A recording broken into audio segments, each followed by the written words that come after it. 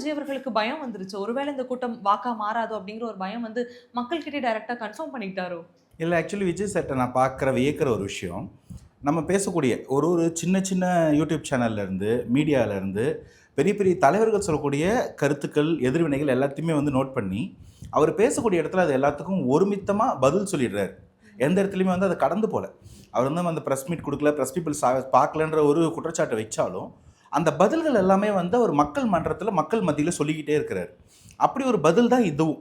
அதையும் அவர் என்ன பதிலா சொல்லல. அவரு மக்கள்கிட்ட கன்ஃபார்ம் பண்றாரு. போட மாட்டீங்களாமே! அப்படின்னு சொல்லி கேட்டாரு. அதுக்கான பதில் எதிர்வினைய நீங்க பார்த்தீங்க. அது அந்த பதில் நல்லா இருந்துச்சு.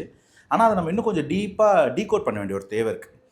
கூட்டம்ன்றது வேற, தொண்டர் படைன்றது வேற. நீங்க வந்து இப்ப தாவேக்காக்கு வந்து அந்த கேரவான் போம்போது, விஜய் சார் போகும்போது, வீட்ல வேல பார்த்துட்டு இருந்த தாய்மார்கள், அக்கா, தங்கச்சிங்கலாம் கிடுகிடுன்னு வந்து அவங்க வீட்ல போட்டிருக்க ட்ரெஸ்ஸோட ஒரு ஷால் போட்டு வந்து விஜய் சார பார்க்குறாங்க, கை காட்டுறாங்க. அவங்கலாம் வந்து கூட்டம்.